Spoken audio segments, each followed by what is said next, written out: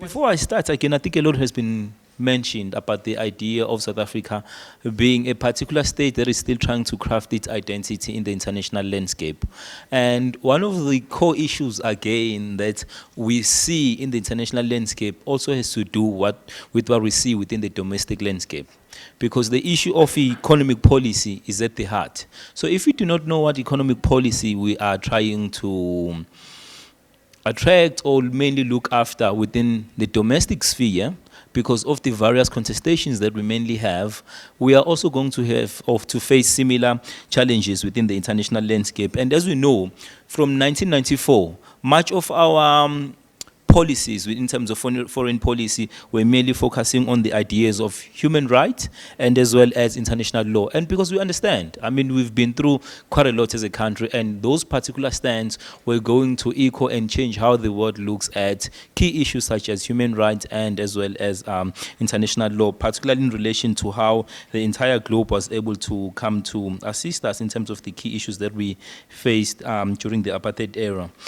But in as much as we look into that, one of the core issues that the government wanted to tackle within the first democratic administration was the issue of poverty as well as issues of climate change. And those are core issues that are still facing us today.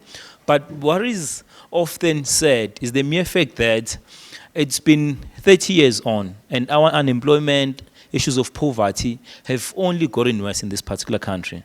And we really need to ask ourselves then as to what are we pursuing within the international sphere? Are we getting what we want to get as a country? And if not, where else can we look in order for the country to generate the kind of investment as well as productivity that it wants to see? But from a foreign direct investment perspective, we may recall again that during 1994 up to 1996, South Africa was faced with a particular issue in terms of trying to reintegrate to the global economy. And again, if we look then towards the end of the Mbeki administration, we also see a particular alliance growing within South Africa and other emerging powers across the globe, such as Turkey, such as Brazil at that particular time, and as well as what happened then with South Africa joining the BRICS. And there's been particular questions that are often asked. Why is South Africa in BRICS? So many people have attempted to address that particular question, of which there are some of the issues that I will not necessarily dwell on. But some of the key questions again, asking, are there any particular interests that we have in joining BRICS? And in most cases, the answer is yes. We are trying to pursue particular goals that are focusing on global governance and as well as reforming international organizations. But is BRICS the right tool? And in most cases, as we are seeing by the number of countries that are applying to join the BRICS, it's slowly telling us that the global south is also looking on its own in order to find these particular answers to this particular issue. But we also want to focus on core domestic issues that also impact the entire international landscape again. For example, let's look at the issue of climate financing that we are getting from Western countries, including mainly Germany. We understand recently Germany said South Africa is not aggressive enough in terms of the implementation of renewable energy. And that's on its own. It was not necessarily a policy that was adopted in South Africa, but it is a policy that is mainly imposed at a particular international level. And our question then is, how does that also inform the kind of institutions that we have? One of the things is, those countries that are independent are able to pursue their own policies at an international landscape.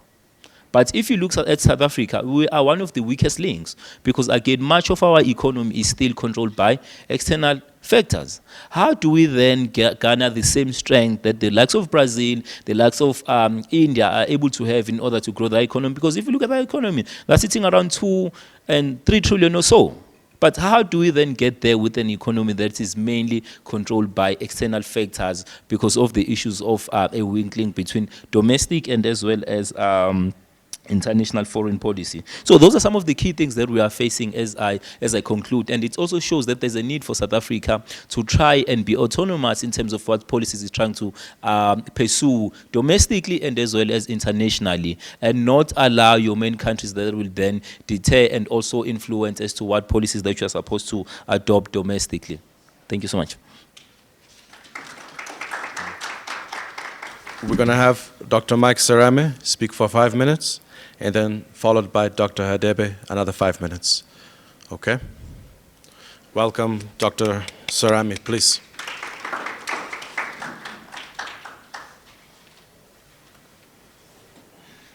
Thank you very much, Program Director. Let me just quickly say I'm flattered with the title you have attributed to me, but I need to actually make it clear that I'm inspired to get there. I'm not there yet. I'm still Mr. Sarame. I don't want to suffer the same plight of Dr. Tim Kolu in Brasa. So as you know that 15 years is a long time, so please, yeah, thank you very much. I listened with great deal of interest the input of Professor Kambule. Yes, more than anything, I'm actually a practitioner, a public servant of 15 years, worked across various spheres of government. With the last stint at DECO as a diplomat before the white monopoly capital snatched me. So I'm now with Vodacom as the executive head external affairs. So I work throughout our footprint dealing with public, with regulators and public policy owners. So the conversation is quite interesting. Yes, I fully agree with the Prof that we need to define ourselves, but I think that is work in progress.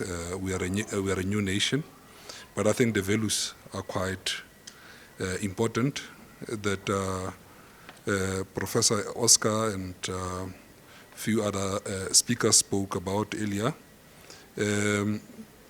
The whole notion of DFI, preconditions for foreign direct investment, which essentially are the demands of a structural adjustment program and neoliberal policies.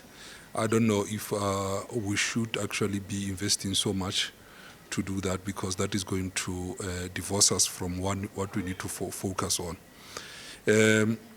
I also want to submit that our foreign policy has actually enabled corporations like Vodacom, like MTN, to achieve what they have achieved in terms of connectivity in the continent, between them connecting over 500 million subscribers across the continent. And yes, the focus on economic diplomacy, I think, is also very correct, because we have focused more on politics, we have focused on stability, we have failed to take advantage of post-conflict reconstruction opportunities. Thank you.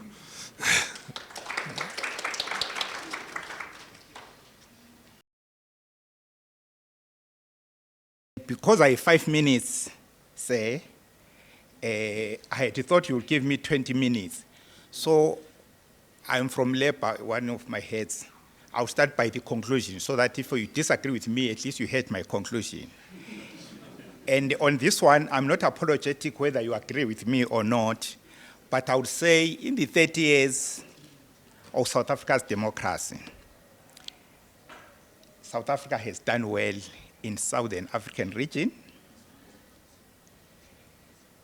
If we look at SADC and compare it with other regional economic blocs in Africa, East, West, and the like, it is relatively stable economically. It has grown, so it means it's a potential market. And actually, it is a market for South African goods. You can go to Tanzania now in a hotel, you'll still use a South African toothpaste, one writer said. So the benefits might not be what the South Africans are happy about, but the potential, because the essence of foreign policy is for tangible and intangible benefits. And I think as you review the way forward for the 7th administration, it's important to say the roadmap has been set, and it has been set very well. I will take you back to what the founding foreign minister of your foreign relations Minister Alfred Nzo said in 1995 that the New World Order, if it exists at all, is fraught with uncertainties and insecurities. Ideological conflict has to a large extent been replaced by economic competition, the rules for which have not yet been fully agreed upon. So the issues of whether there have been benefits, I think it's encapsulated in that thinking, which the minister had identified that early, that things were changing. And so as I judged and said, South Africa has done well in the region. It is in that context to say, if we remember well what was happening in the 90s in Africa and the world at large, it was a serious stage of transition. While South Africa itself was undergoing its own transition, the region was also undergoing serious transition from one-party states to multipartyism. I don't want to use democracy, it could be controversial, to multipartyism. But also, it was a stage of serious economic liberalization, right?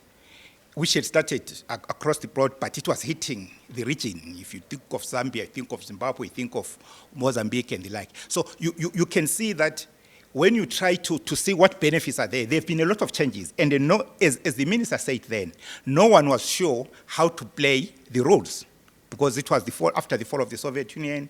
There were many changes worldwide. There were many changes in Africa. There were many changes. But why did I qualify the success? Is the role South Africa played in transforming the SADC as we know it. We have noticed in the past, and it's still happening even now, that corporations take advantage of weaker economies, and in fact go to an extent to determining those countries' foreign policies and even creating monopolies around those countries or within those countries. My question is, how can countries such as South Africa avoid being dictated to by multi-corporations and countries such as your superpowers such as America when it comes to their foreign policies? Thanks. There's talk of de-dollarization, moving away from the dollar.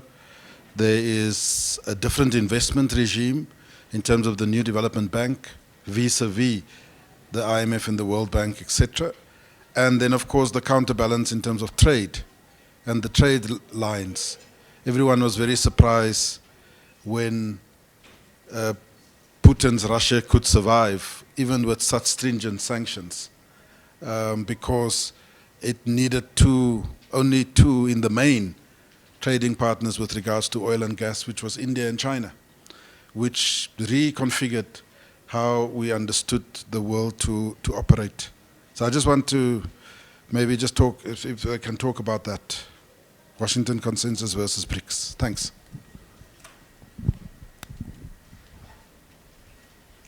And I think it goes back to the core issue as to whether a country has sufficient stamina to deal with international issues or not, or multinational corporations.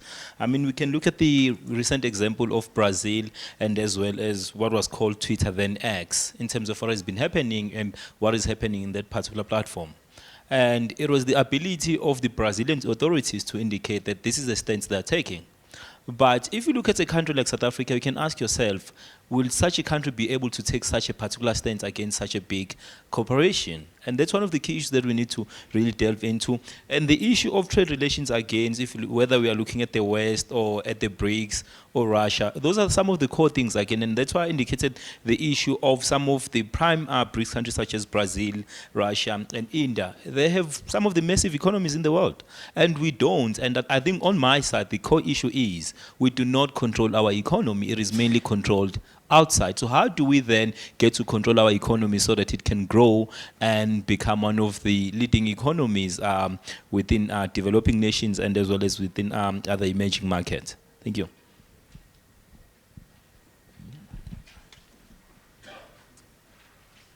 Thank you, Prof. Landsberg. I would just like to introduce myself. I'm Dr. Marcel Naga, and I'll be facilitating this afternoon session on South Africa's Africa agenda, a consistent foreign policy goal with mutual benefits for the Republic and Africa. So before we begin with the presentations, just allow me to introduce our presenter, Mr. Sandile Malloy, a former colleague of ours. He is currently a lecturer of politics and IR at the University of Pretoria. And then the respondent is Dr. Ayabulela Dlakavu. He is a specialist in foreign policy and international political economy and currently a program manager at Twende Mbele. So I'll now hand over to our presenter, followed by the respondent, and thereafter I'll open the floor for any questions. Thank you.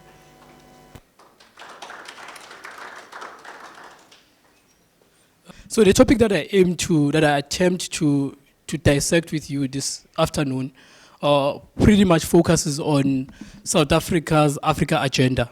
And so I've termed my paper South Africa's Africa agenda, the good, the bad, and the ugly. So yes, there are ugly aspects of it. So we'll try and pontificate those ones and look at beyond the seventh administration, with the seventh administration and beyond.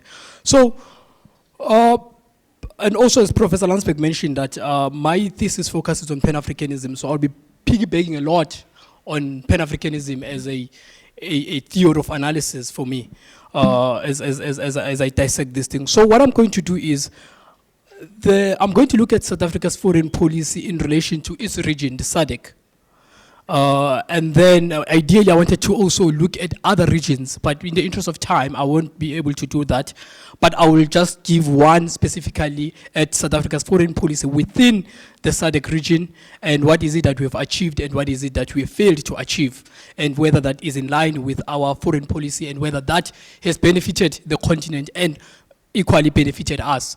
So looking at the SADC, I think the golden thread throughout the day was that there is that failure of identity in our foreign policy. We've not been able to articulate who we are. Therefore, because of that and the lack of having a coherent national interest, we tend to be all over the place. So, but within the SADC, at least we've been able to actually narrow ourselves and to focus on issues that are of particular interest to us. So, looking at SADC, the issue of human rights, of course, our foreign policy has been guided, as Professor Landsberg mentioned this morning, and Prof. Peter Vale also hinted on that the 5 or the 6 principles that Mandela had articulated in the 1993 article, which will be the focal point of our foreign policy, and one of them being human rights, a human rights-driven foreign policy.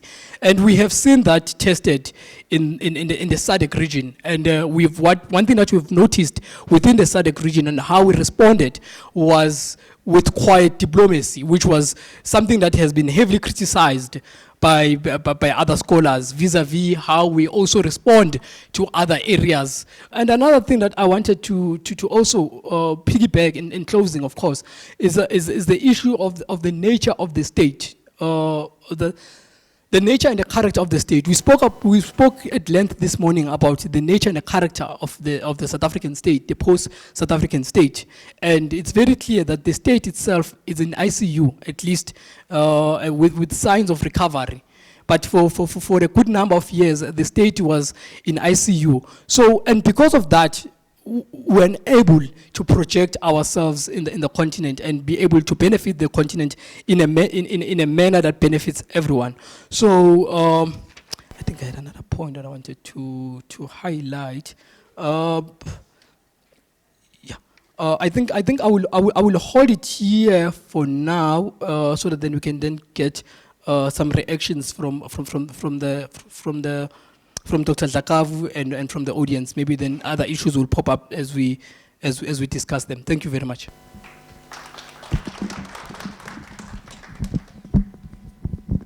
This is against received wisdom we all have been forced to believe in. What would you say if a claim is made that quiet diplomacy was a success, particularly in Zimbabwe, considering that it resulted in a GNU, which of course backslided after 5 years. But in addition, it was an opportunity for South Africa to assert its independence in foreign policy, as well as alive to the role of the deep state in Zimbabwe. I don't want to ask whether South Africa knew about the coup. That's another day. Thank you. We'll hand over now to Dr. Dlakavu to address some of the questions that were posed. Thanks, Doc, and thanks to the questions as well as the inputs from the esteemed colleagues. So I think let me start with Prof. Landsberg, and I think it's something I want to also circle back to the rest of the colleagues, because foreign policy is one of those where I think we can never fully agree on one item. But I think one thing that makes it, I think one of the contributing factors, Prof, in terms of this moment now being quite opportune for many countries to sort of challenge the hegemony of others is, it's something that's not just limited to South Africa. If you look at, for instance, I think it's a case or a symptom of multipolarity, where if you look at, for instance, even in Francophone Africa now, it's quite fashionable for former Francophone French colonies to sort of oppose France's hegemony, specifically political and economic hegemony in their economies. There are some already in this room that said the borders shouldn't be militarized, it should be more relaxed and so forth. At the moment, there is a one-way flow in terms of immigration. It's on the agenda of most European countries, in America, North America, etc. But here it seems we don't want to engage with it, we don't want to talk about it. And I think we have to talk about it, especially because, as Chris outlined, the triple challenges that the country is facing, and so on. So there's a race element that people, an uncomfortable race element that people don't want to talk about, which is that, you know, white businesses in South Africa, this is my hypothesis, by the way, is more comfortable employing foreign nationals from outside of South Africa because of the relationship they've had with black South Africans in terms of apartheid and racism. Prof. Munyai heads up the Africa-China Studies Center here at the university, and it's important that I corrected myself there to put Africa at the front and not China, because we often do that, right? China-Africa studies, but why not center ourselves in those relations? He is a well-known scholar in international relations. I'm sure you're all familiar with his name. Holds a PhD from the University of the Witwatersrand in international relations and is a well-known scholar on Africa-China relations. Our respondent is Dr. Buntu Suisa, who's a senior lecturer here at UJ, recently having joined us from the university down the road, whose name we shan't mention again. Dr. Suisa attended alongside Prof. Chris Landsberg, although I imagine at different times, Oxford University, where he gained his DPhil. Prof. Munyai, I give you the floor.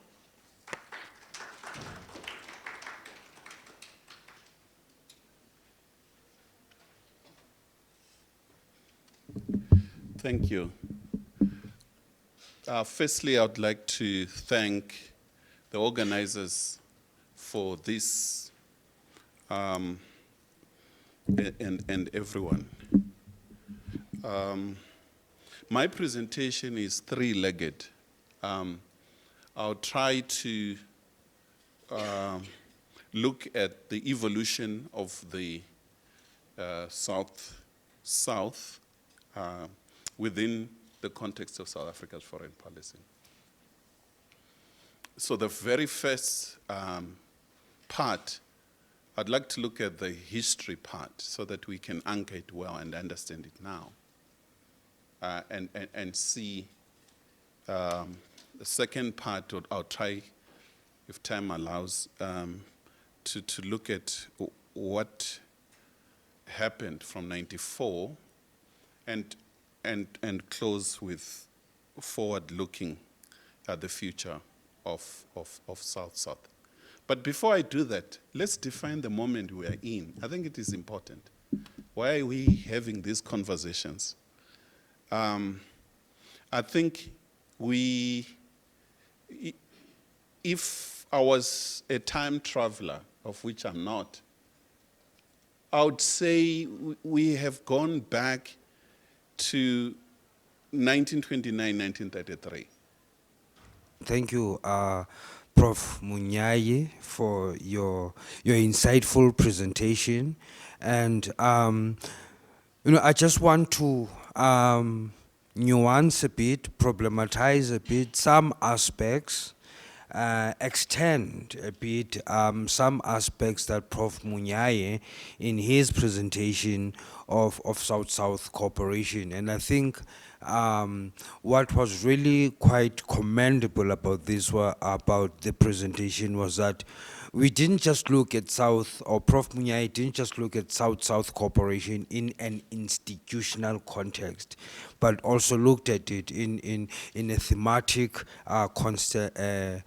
perspective, that the South-South cooperation traditionally comes with a certain particular theme, but I think what's really more important is that South-South cooperation, as we have practiced in South Africa, we've always tried to have it to follow a progressive tradition, to follow a progressive way of working against the norm. But what I really like is that the evolutionary aspect of South-South cooperation. We're clearly coming to a point of, and if we look at the ANC situation, position of the ANC, where they have turned around the tables to make political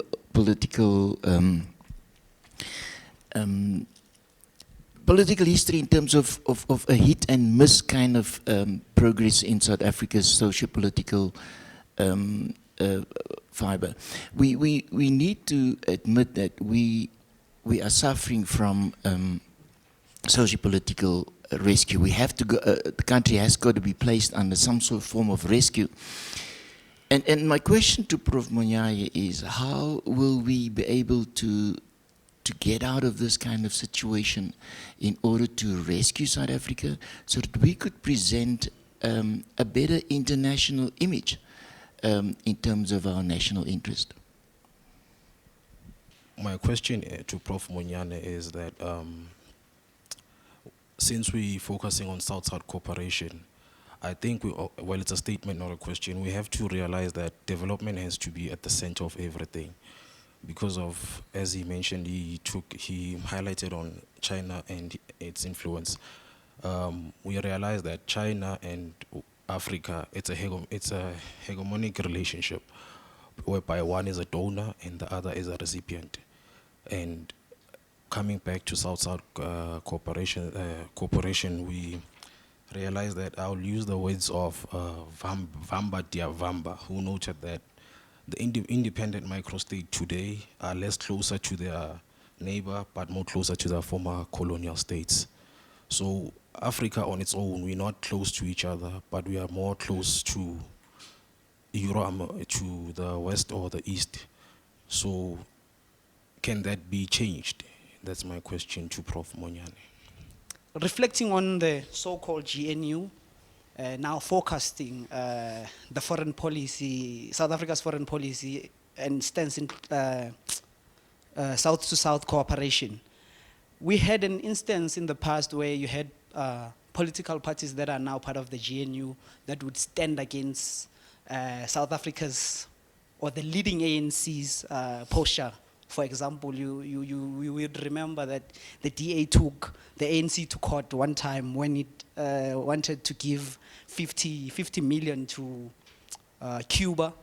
So how then will this GNU kind of deal with those dynamics of South Africa's solidarity stance with its own, with the ANC allies during the apartheid struggle? I'll end there. Thank Thanks you very very much. much. Thank you. Prof, 4 minutes for your responses, and then Dr. Sirisa, 4 minutes for you. Thanks. I must confess that I'm one of those people who thought that this GNU animal won't last long, but it appears to be really moving. At times I don't understand the ideology, the direction, but somehow, in a very confused way, it seems to be moving in areas where things are just happening. Maybe it's good for a number of reasons.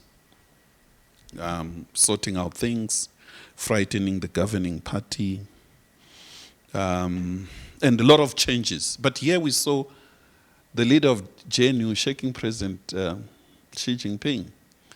And here's a leader of of DA, who was in Ukraine, but within few months, when he was in government, he was also in Moscow, wearing two kind of different positions. And then you can see the change in his posture, in how he expresses his views. That speaks to the kind of agreement that they've had, that the DA is not going to spoil the party. They will agree with the progressive internationalism. And in any way, the constituency of DA, are people who are benefiting greatly from BRICS, whether we like it or not. White farmers, wine is pouring into China massively. You talk about beef, who's having beef? White farmers. So it's a national issue, which is good. I'm not dishing it. I'm saying it's good. He will keep quiet. Volumes are going up. Our trade with China, 1998, it was only at 9 billion. Now it's sitting at 695 billion. And it's growing. This is just early phase. It's going more. So in the long run, I think for DA and so many other skeptics of Global South and BRICS, and will realize that it's a good thing to be in this club.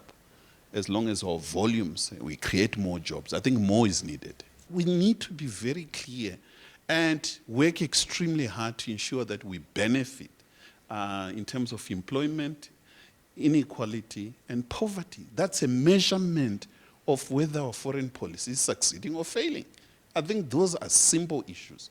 And let us not forget, lastly, on issues of integration. We cannot make it on our own.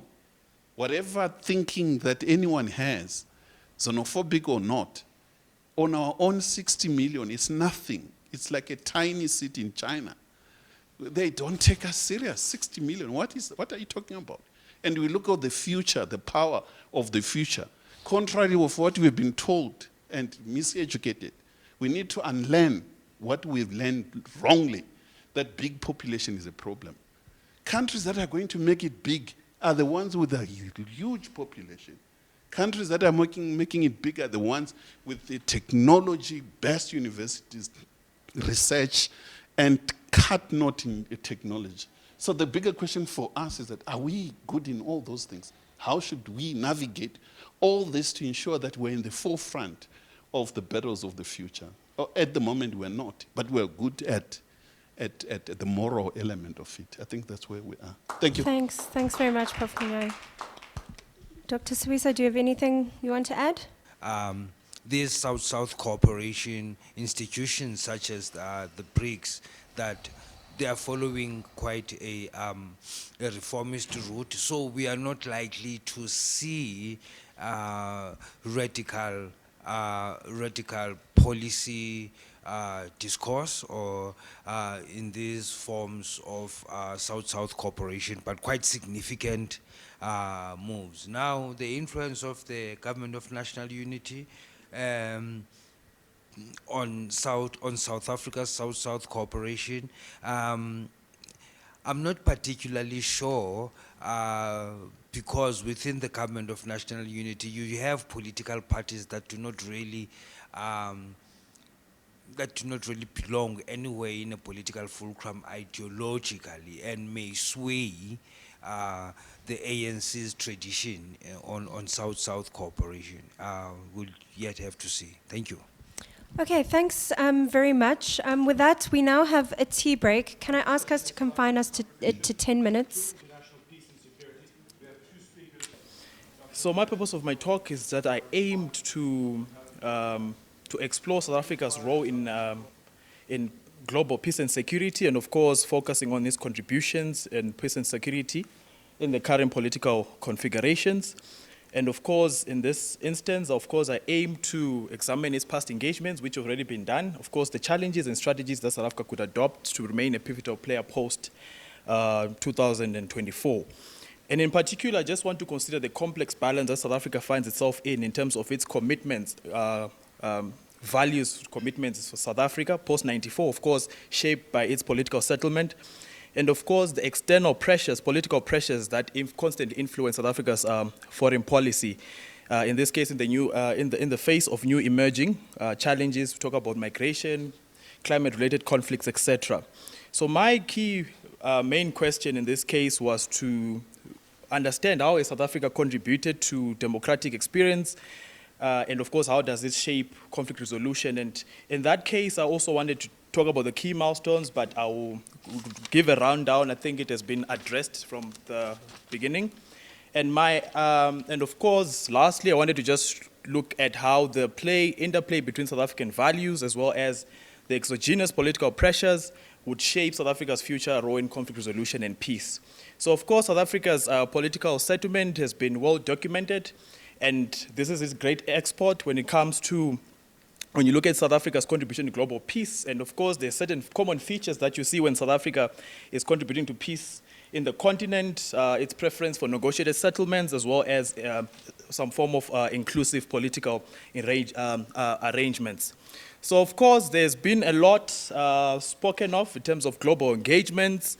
We see South Africa's contribution trying to intervene. We look at the Ukraine-Russia war. Of course, South Africa's stance on non-alignment, in this case, that came under scrutiny when it came to condemning Russia. And of course, if you compare that to the South Africa-Israel Palestinian conflict, South Africa being more vocal. So we see South Africa playing a very important role with regards to global peace and security.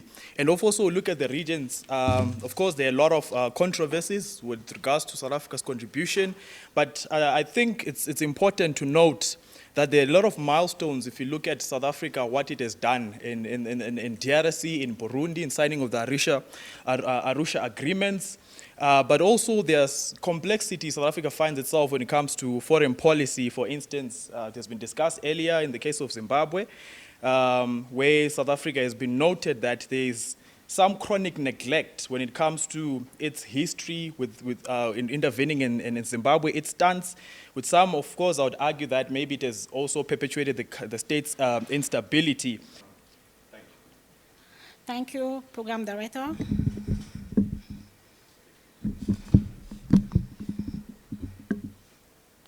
Thank you, Program Director. Before I dive into Dr. Sandile presentation, I would like to appreciate you for your valuable contribution to the field of peace and security. In the course of your presentation, you make a lot of important issues regarding South Africa's involvement in conflict resolution and peace. First, you address South African engagement in global peace, citing the case of Russia-Ukraine war and South African proposition for dialogue and peaceful resolution. In my argument, the international community was certainly impressed by South Africa's engaging position in the crisis in Ukraine and the Middle East. Although some authors will argue that South Africa has been very vocal in engagement towards Ukraine-Palestine war. as opposed to Zimbabwean political crisis due to its quiet diplomacy. He also examined South Africa's role in mediation and peacekeeping mission in the region, citing the case of Lesotho in 1998 and the Democratic Republic of the Congo in 2002, which both speak on its success and challenges in the peacekeeping mission. You equally discuss the key milestones in South African approach to conflict resolution, citing the African Union and SADC and how South Africa has contributed positively in maintaining the continent approach to conflict resolution by deploying troops with the United Nations Stabilization Mission in the Democratic Republic of the Congo and the United Nations Mission in Sudan. Moreover, you raised the issue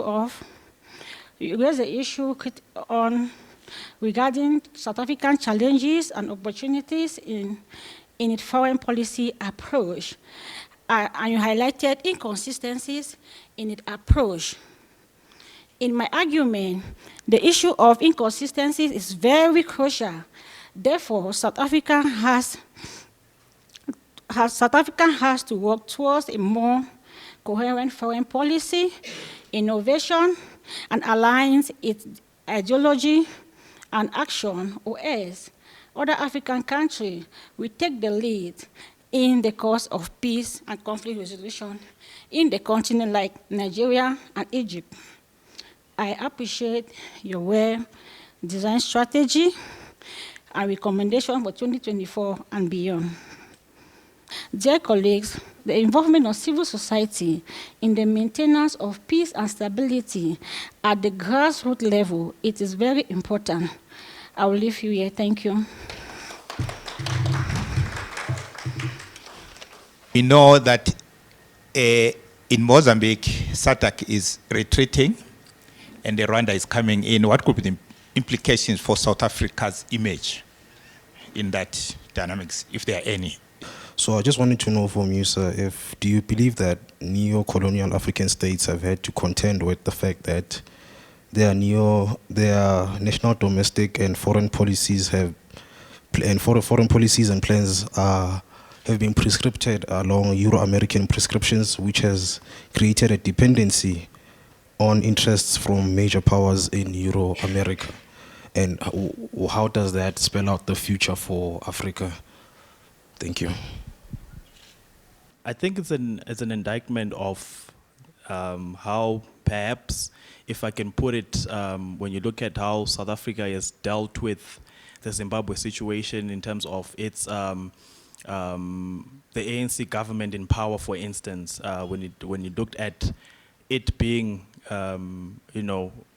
its understanding with ZANU-PF, for instance, and not really dealing with the situation, and of course there's been some issues when it comes to how South Africa, when it's in Mozambique, there have been issues with regards to how it dealt with the Liberation Political Party there. So I think these are perhaps maybe two sides where the failure of the then government to really manage the political crisis in a way that would benefit the country and perhaps benefit the political elites, if I can put it in that way.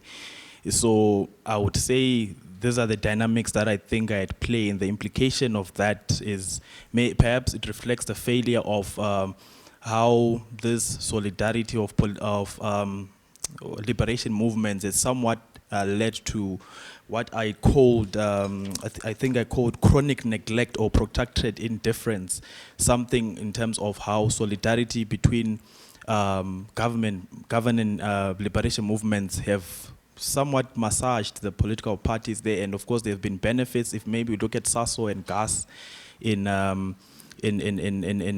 Cabo Delgado, so I think the implication thereof would be South Africa, the challenges of its foreign policy, where it has been indifferent as long as maybe there's some business interests, etc. Yeah, but it's something that, of course, that I would maybe read on just to understand the finer details of the withdrawals.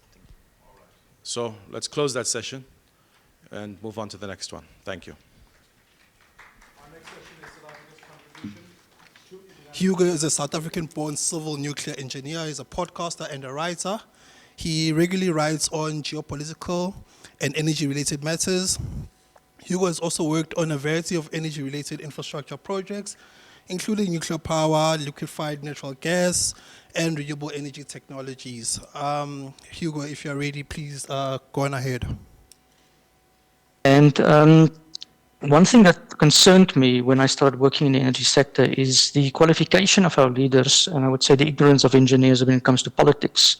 And there's a gap we need to really spread. But if you look at the Asian leaders, their qualifications compared to Western leaders, they tend to be engineers, whereas you find Western leaders, and I would say African leaders as well, they tend to be overwhelmingly lawyers and businessmen. Now, this is a generalization. We finally have a Minister of Energy in South Africa that has an engineering qualification. And lo and behold, when we appointed somebody on merit based on the qualification, we don't have load shedding anymore. So that's things. And this issue was already pointed out in 1959 by C.P. Snow in an essay called The Two Cultures. And he made the point that if he were to ask very educated people what is meant by mass acceleration, that's the scientific equivalent of saying, can you read? And he said 1 in 10 people in the most educated people in the world thought that he was speaking some kind of foreign language. Now, I would inversely apply that to engineers. I have worked in projects on Mozambique, for example, and some of the senior managers in the Total, for example, did not know that there was a civil war in Mozambique during the apartheid years. They did not have any knowledge of Frelimo and Renamo. That war is undoubtedly, oil plays a role as a catalyst there. It's not the only reason. But had they known basic facts like that, they might have been more cautious. Civilian nuclear power, in ironic sense, can help bring the end of nuclear weapons, and I believe South Africa should exploit this. Thank you very much. Thank you, Mr. Hugo. Next on the next to respond to Mr. Hugo's presentation is Miss Ingrid Kirsten. Hang on, Miss Ingrid Kirsten has joined the VCNDP as a senior research associate. Prior to joining the VCNDP, Ingrid was a South African diplomat, and in her 20-year career, including the posting to the South African Embassy and Permanent Mission in Austria, Ingrid is currently working on a project related to the peaceful uses of nuclear energy and nuclear application and the role of nuclear security. Her other research interests include the role of IAEA in transferring peaceful application of nuclear technology to its member states, and the role and influence of the G7 member states within the IAEA. Ms. Ingrid, please take it away. I'm going to focus on two things. Why is South Africa an important actor in the global nuclear realm? And what can the Government of National Unity do to leverage this position to promote its national interests and that of the African continent and the global South at large? So firstly, South Africa is a major nuclear technology holder that is also a developing country. It is recognized for its regulatory, operational and technical expertise, as it has been producing nuclear power since 1984. Koeberg nuclear power plant provides around 5% of the country's electricity, as you may know, and it is the only commercially operating nuclear power station on the African continent at present. South Africa is also one of 176 member states of the International Atomic Energy Agency. Now, the IAEA, as most of you would know, I'm sure, is the world's center of cooperation in the nuclear field. It was established as the world's Atoms for Peace organization in 1957 within the UN community. And the policy-making organs of the IAEA are the Board of Governors and the General Conference. The Board of Governors has 35 members, and South Africa holds the designated seat for the African region. I would say there are two main goals to be promoted through international diplomacy. The one is to promote the nuclear necessity. That is, that without nuclear power, we won't be able to end energy poverty in the world or to achieve international climate goals. The World Bank is a good example of where South Africa can make an impact in convincing it to fund nuclear power projects in developing countries in future. The small modular reactor, currently we only have big nuclear power builds, such as Coburg, but the advent of small modular reactors and microreactors will change the face of nuclear, and it will ensure or bring the potential of nuclear power to developing countries, as it will be, it promises to be safer, more secure, less cumbersome on the regulator, especially therefore for countries that have never had nuclear power will be able to actually embark on nuclear power with these technologies. One last thought, that we, when we talk about nuclear power, it's not that nuclear power should be the only the only way that we produce nuclear energy. Nuclear power is part of the energy mix, and has to be maximized as part of the energy mix for development and for climate adherence. So this is really an important role for our diplomats internationally, to ensure that we can promote these interests for South Africa, the continent, and for the global South. Thank you. All right, thank you so much, Ingrid. So can I please take this opportunity to open the floor for any questions, comments?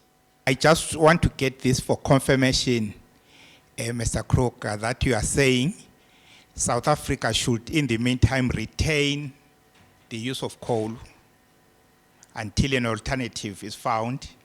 And secondly, that Iran is not towards producing nuclear for weapons of mass destruction. Just that confirmation.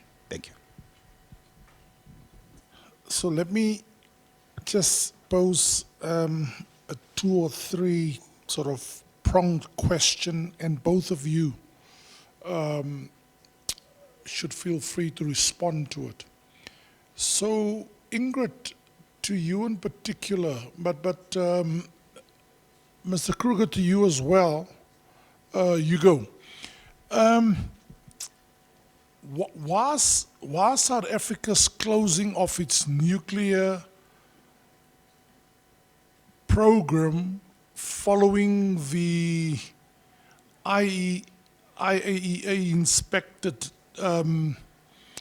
destruction of the 6 nuclear bombs in '93, I think it was. Was that a missed opportunity for us? If we had retained that for nuclear purpose, for civilian purposes as stipulated in the NPT, is it NTP, nuclear? MPT. Would we be in a better position than we are? You go to you in particular, finally.